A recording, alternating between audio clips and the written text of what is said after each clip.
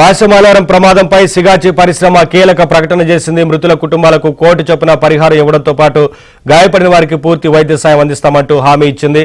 ఇదే అంశానికి సంబంధించి మరింత సమాచారం అందించేందుకు మా క్రైమ్ కరెస్పాండెంట్ ప్రవీణ్ ఒకవైపున లైవ్ లో సిద్ధంగా ఉన్నారు, మరొక వైపున నరసింహరావు లైవ్ లో అందుబాటులో ఉన్నారు, మరొక వైపు మణికంఠ ఇదే అంశానికి సంబంధించి అప్డేట్స్ అందించేందుకు లైవ్ లో సిద్ధంగా ఉన్నారు. ముందుగా ప్రవీణ్, ఇప్పటికే సిగాచి కంపెనీ ఇప్పటివరకు స్పందించలేదు అని అనుకున్నాము. ప్రభుత్వం కూడా సీరియస్ అయింది, కేసులు కూడా నమోదు చేసింది. ఈ నేపథ్యంలో ఒకవైపున కంపెనీ కూడా స్పందించినట్లుగా తెలుస్తా ఉంది, పరిహారం కూడా ప్రకటించింది కదా. ఏంటి ఆ ప్రకటనలో పూర్తిగా ఏముంది, ఏంటి వివరాలు? సిగాచి కంపెనీ కొద్ది నిమిషాల క్రితమే వాళ్ళ యొక్క లెటర్ కూడా విడుదల చేశారు. వాళ్ళు ఈ ఘటనకు సంబంధించి కూడా స్పందించడం జరిగింది. 90 రోజుల పాటు అక్కడ వాళ్ళు నిర్వహించేటువంటి కార్యకలాపాలన్నీ కూడా పూర్తిగా నిలిపివేయడంతో పాటు ఎవరైతే చనిపోయినటువంటి ఉంటారో మృతుల కుటుంబాలకు కోటి రూపాయలు నష్టపరిహారం చెల్లిస్తున్నట్లు ఇప్పటికే ప్రకటన చేసినటువంటి పరిస్థితి కనపడుతుంది. ఈ పేలుడులో దాదాపు 40 మంది ప్రాణాలు కోల్పోయారు, 33 మంది గాయాల పాలయ్యి 3 హాస్పిటల్లో చికిత్స పొందుతున్నటువంటి పరిస్థితి కనపడుతుంది. నిన్న స్పష్టంగా సీఎం రేవంత్ రెడ్డి ఆదేశాలు ఇవ్వడం జరిగింది. సిగాచి కంపెనీ పైన కఠిన చర్యలు తీసుకుంటాం, మానవీయ కోణంలో మానవతా దృక్పథంతో ఎవరైతే చనిపోయినటువంటి కుటుంబాలు ఉన్నాయో వారికి కోటి రూపాయలు నష్టపరిహారం ఇవ్వాల్సినటువంటి అవసరం ఉంటుంది. ఆ కోటి రూపాయలు కూడా కంపెనీ ద్వారా వాళ్ళకి ఇచ్చే విధంగా చర్యలు తీసుకుంటామంటే కూడా రాష్ట్ర ప్రభుత్వం చెప్పింది. 48 గంటలు గడిచినప్పటికీ కూడా స్థానికంగా అంటే ఎక్కడైతే ప్రమాదం జరిగిందో ఆ ప్రాంతానికి కంపెనీ ఎండీ రాకపోవడంతో నిన్న ప్రభుత్వం చాలా సీరియస్గానే పరిగణలోకి తీసుకుంది. కొద్ది నిమిషాల క్రితమే సిగాచి కంపెనీ కూడా ఒక పత్రికా ప్రకటన విడుదల చేశారు. అయితే చనిపోయినటువంటి కుటుంబాలకు కోటి రూపాయల నష్టపరిహారం ఇవ్వడంతో పాటు క్షతగాత్రులకు అయ్యేటువంటి వైద్య ఖర్చులని తామే భరిస్తామని, మరోవైపు చనిపోయినటువంటి కుటుంబాలకు వాళ్ళ యొక్క పోషణ కావచ్చు, తదుపరి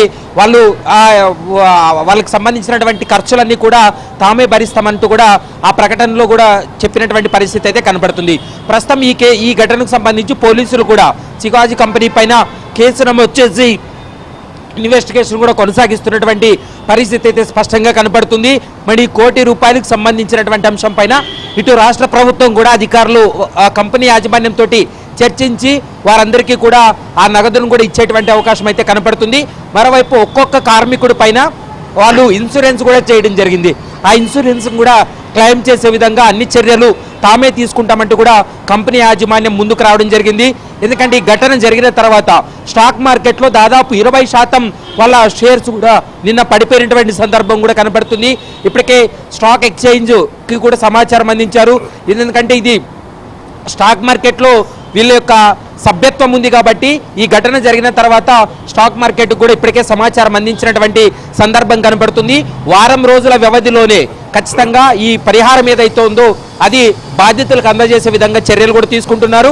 మరోవైపు ఇప్పటికే కొంతమంది గుర్తుపట్టినటువంటి పొజిషన్లో వాళ్ళ డెడ్ బాడీస్ ఉన్నాయి. DNA పరీక్షలు కూడా పూర్తి స్థాయిలో త్వరగా అయిపోయే విధంగా వారి DNA టెస్టులు చేసి వారి కుటుంబ సభ్యులకు మృతదేహాలను అప్పగించే విధంగా చర్యలు తీసుకుంటున్నారు. 3 ప్రత్యేక బృందాలు, ఒకవైపు ఇన్వెస్టిగేషన్ జరిగినటువంటి పేలుడుకు సంబంధించి పోలీసుల ఇన్వెస్టిగేషన్, ఎక్కడ తప్పిదాలు జరిగిందనేటువంటి సైంటిఫిక్ ఇన్వెస్టిగేషన్ కోసం సాంకేతికంగా ఎక్స్పర్ట్స్ తోటి మరొక వైపు ఇన్వెస్టిగేషన్ కొనసాగుతుంది.